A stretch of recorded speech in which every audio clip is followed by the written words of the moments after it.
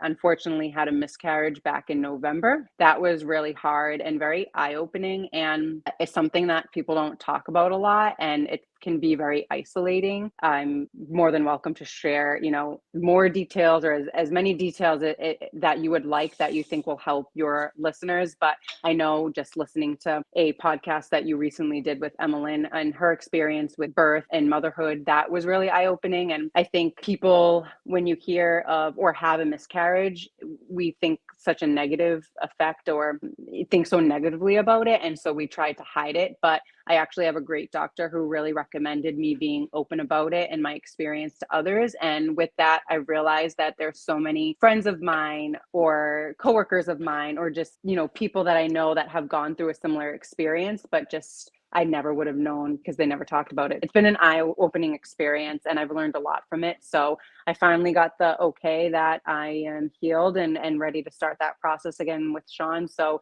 I think, starting a family is a miracle and a blessing to begin with. So I am just taking it slow and seeing where it takes me this year. I've had a number of other friends that have had miscarriages or have had infertility issues where it's taken them 4 months, 5 months, 6 months, even a year to get pregnant. A number of things can actually inhibit you from getting pregnant, even if you're really healthy like Alicia is, whether it be high stress or maybe at work you're working and lifting heavy things. That could be preventing you from getting pregnant. It could be what you're eating. It could be like a nutritional vitamin that you're lacking. It might not even be the woman. It could be the husband. And in your situation, do you guys know why you might have miscarried? Can you kind of educate the listeners a little bit on it? That's actually a great question. And when I, in a second, give you this statistic that my doctor gave me, every time I tell someone this, their jaw drops because they don't realize how common they are. I, asked them the same questions, and I miscarried at 9 weeks because when I went to my 8-week appointment,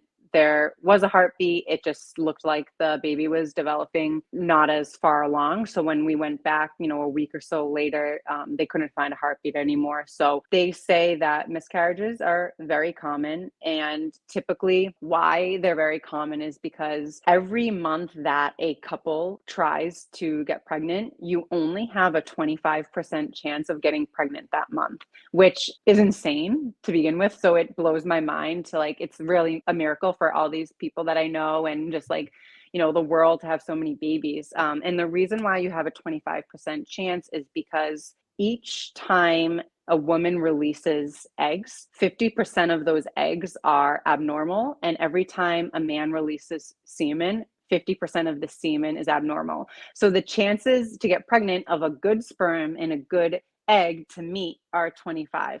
It's a 25% chance. A lot of the times what happens is just you have a good egg meeting an abnormal sperm or vice versa. And 50% of pregnancies apparently end up in a miscarriage, which was a crazy statistic. Like I mentioned earlier, you don't really hear of it that much, or people aren't really that open to talk about it because mentally and physically your body with a miscarriage goes through a lot. And that's something that I didn't realize until I had to go through it. So I understand why some people like to keep it private. It's helped me push through it and become stronger by being open and verbal and talking about it. And I've actually helped other family members or friends of mine recently have struggled with the same thing to kind of share my perspective as well. So it's really common, and the doctors say that it's kind of a miracle that your body basically can detect something that's going wrong in this early stage of development of the baby, and your body just shuts it down. And that's typically why. I don't know if that answers your question, but those statistics just really stick out to me and make me realize that, again, having a baby, starting a family is a miracle. Wow. So the last point that you just made, I feel like I was honed in and listening to everything that you were saying, because again, me wanting to try to start having a family potentially at some point this year as well. I feel like I'm learning from you. Not only are you saying that it's 25% chance or less of even getting pregnant each month. But if your body starts to detect that would-be baby that's growing inside of you, there could be a heart defect, a brain defect, or something in the future, your body is like, hey, you know what? We need to essentially, quote unquote, and for lack of a better word, abort this baby because it might not be at its peak performance or peak health. Is that kind of what you were trying to convey? Your body just knows, and that's why you have a miscarriage? Yeah, when you're in those that first trimester, there's so much growth happening.